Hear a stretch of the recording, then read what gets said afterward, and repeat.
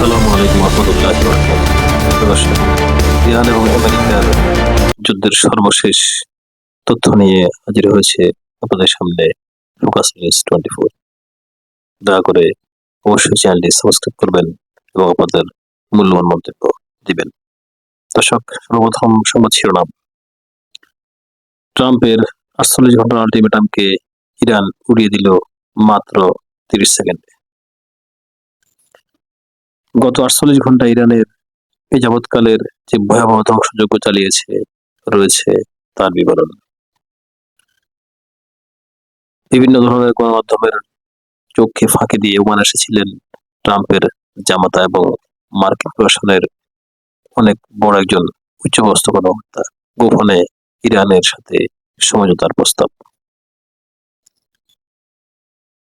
বিনা শর্তেই Hormuz খুলে দেওয়ার আহ্বান ট্রাম্পের এবং যুদ্ধবিরতির জন্য জুড়ে দিয়েছেন ইরানকে অনেকগুলি শর্ত। বিপরীতে ইরানও জানিয়েছে কড়া ভাষায় তাদেরও অনেকগুলি শর্ত। দর্শক, এবার চলে যাই আমাদের বিশ্লেষণে।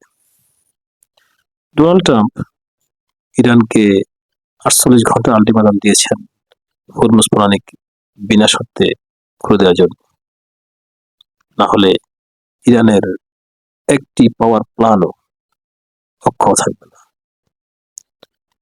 সেই তালিকায় রয়েছে ইরানের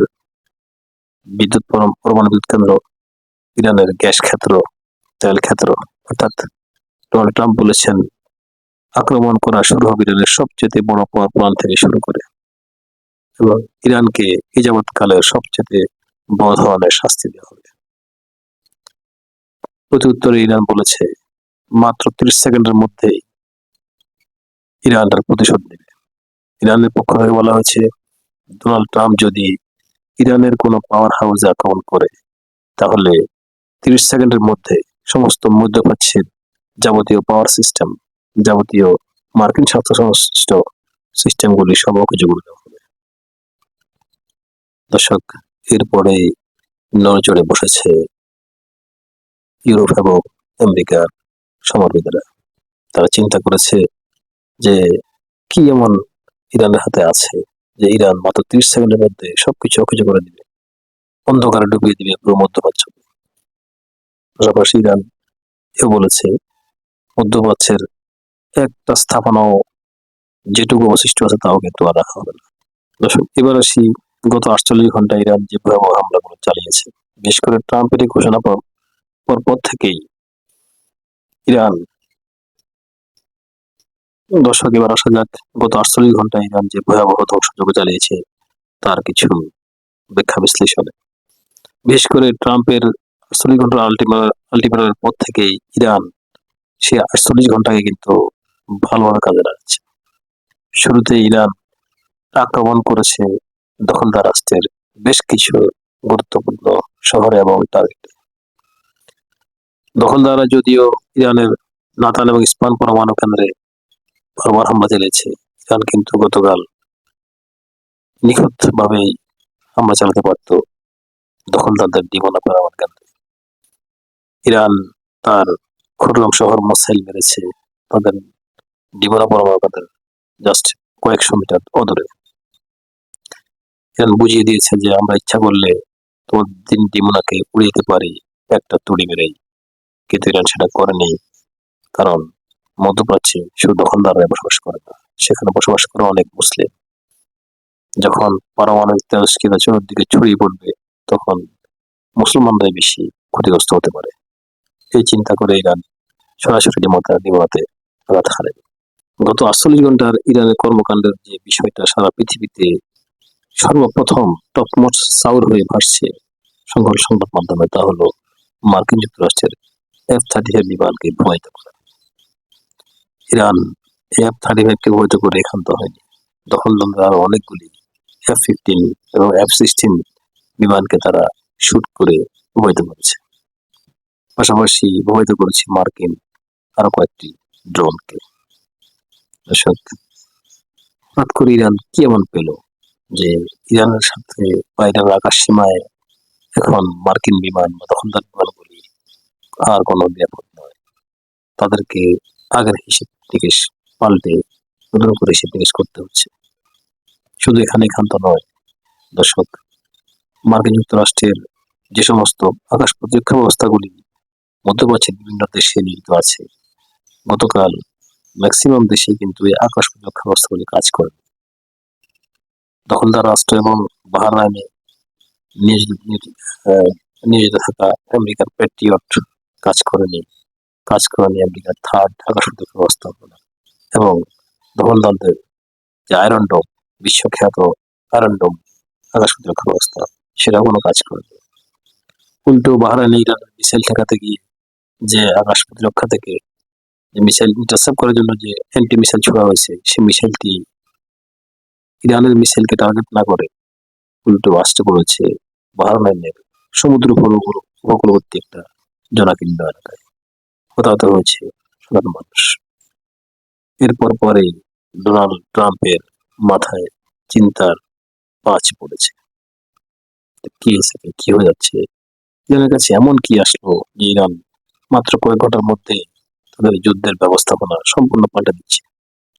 এদিকে বিশ্বের বড় বড় গণমাধ্যমগুলির চোখকে ফাঁকি দিয়ে ওমান এসেছিলেন ট্রাম্পের জামাতা এবং মার্কিন প্রশাসনের এক উচ্চপদস্থ কর্মকর্তা। তারা ওমানের মাধ্যমে ইরানের কাছে সমতার প্রস্তাব গোপনে পাঠিয়েছিলেন, কিন্তু ইরান সেই প্রস্তাব অ্যাকসেপ্ট করেনি। কারণ তাদের মাধ্যমে ট্রাম্প শর্তগুলি ইরানকে দিয়েছে যুদ্ধ বন্ধ করার জন্য, সেই শর্তগুলি দর্শক আপনাদের সামনে এক এক করে উপস্থাপন করছি। সর্বপ্রথম শর্ত হলো হরমুজ প্রণালী বিনা শর্তে ইরানকে খুলে দিতে হবে। তারপর আগামী 5 বছর পর্যন্ত ইরান কোনো মিসাইল তৈরির কার্যক্রম করতে পারবে না। নাম্বার 3, ইরানের যে মিসাইলগুলি রয়েছে তার রেঞ্জ 1000 কিলোমিটারের মধ্যে রাখতে হবে। নাম্বার 4, ইরানের কাছে যে পরমাণু বোমা তৈরি করার জন্য ইউরেনিয়াম সমৃদ্ধ আছে, সেই ইউরেনিয়ামগুলি জাতিসংঘের তত্ত্বাবধানে দিয়ে দিতে হবে। প্রত্যুত্তরে ইরান বলেছে, ইরান তো যুদ্ধবিরতি যাচ্ছে না, ইরানের যুদ্ধবিরতির প্রয়োজন নেই, ইরানের যা হওয়ার হয়ে গেছে। এরপরও সমস্ত বিশ্ববাসীর কথা চিন্তা করে যদি ইরান যুদ্ধবিরতি যায়ও, তাহলে ইরানের বেশ কয়েকটি শর্ত মেনে যুদ্ধবিরতিতে আসতে হবে ডোনাল্ড ট্রাম্পকে। ইরানের কি সেই শর্তসমূহ দর্শক শুনবেন আপনারা? এক এক করে আপনাদেরকে শোনাচ্ছি। সর্বপ্রথম ইরানের শর্ত হলো মধ্যপ্রাচ্যে থাকা আমেরিকার সকল ঘাঁটি গুটিয়ে ব্যাগ এন্ড ব্যাগেজ চলে যেতে হবে। একটা সৈন্য মধ্যপ্রাচ্যে আমেরিকা থাকতে পারবে না। ইরানের প্রথম শর্ত হচ্ছে এটা। দ্বিতীয় নম্বর শর্ত হচ্ছে ইরানের যত ক্ষতি হয়েছে এই যাবৎকালে সমস্ত ক্ষতির পূরণ দিতে হবে। অর্থাৎ এই যুদ্ধে এবং ইরানের উপর যে নিষেধাজ্ঞা করা হয়েছিল, যুদ্ধ এবং নিষেধাজ্ঞা মিলে যে ক্ষতি হয়েছে সমস্ত ক্ষতিপূরণ কিন্তু দিতে হবে ডোনাল্ড ট্রাম্পকে। এরপর ইরানের রাষ্ট্রীয় অধিকার ফিরিয়ে দিতে হবে। দর্শক, এখানে একটু আলোচনার বিষয় আছে। রাষ্ট্রীয় অধিকার মানে হয়তো আপনারা অনেকেই বুঝতে পারছেন না, আমি একটু ক্লিয়ার করছি। ইরানকে প্রায় বিগত 40 বছর যাবৎ ইরানকে যে নিষেধাজ্ঞার কবলে রেখে ইরানের সমস্ত অর্থনৈতিক ব্যবস্থাকে ধ্বংস করে দেওয়া হচ্ছে, বাণিজ্য ব্যবস্থা ধ্বংস করে দেওয়া হচ্ছে, এবং ইরান যে পরমাণু বোমা তৈরি করতে পারবে না বলে তার উপর যেটা নিষেধাজ্ঞা আছে, সমস্ত অধিকার ইরানকে ফিরিয়ে দিতে হবে। এবং ইরান আরো দাবি করেছে পৃথিবীর বিভিন্ন দেশে ইরানের যে টাকাগুলি ফ্রিজ করে রেখেছে নিষেধাজ্ঞার কবলে রেখে, সেই টাকাগুলি ইরানের জন্য উন্মুক্ত করে দিতে হবে। দর্শক, খেলা এবার ভালো করে জমেছে। কি মনে করেন আপনারা? আপনাদের মন্তব্য আমাদের কমেন্টে জানান। দর্শক, ইরানেরও কিন্তু অবননীয় ক্ষতি হচ্ছে, প্রতিদিন মানুষ মারা যাচ্ছে। প্রশ্ন হলো, ইরানের আত্মাহুতি কেন? ইরানের যুদ্ধ কি শুধু ইরানের জন্যই করছে?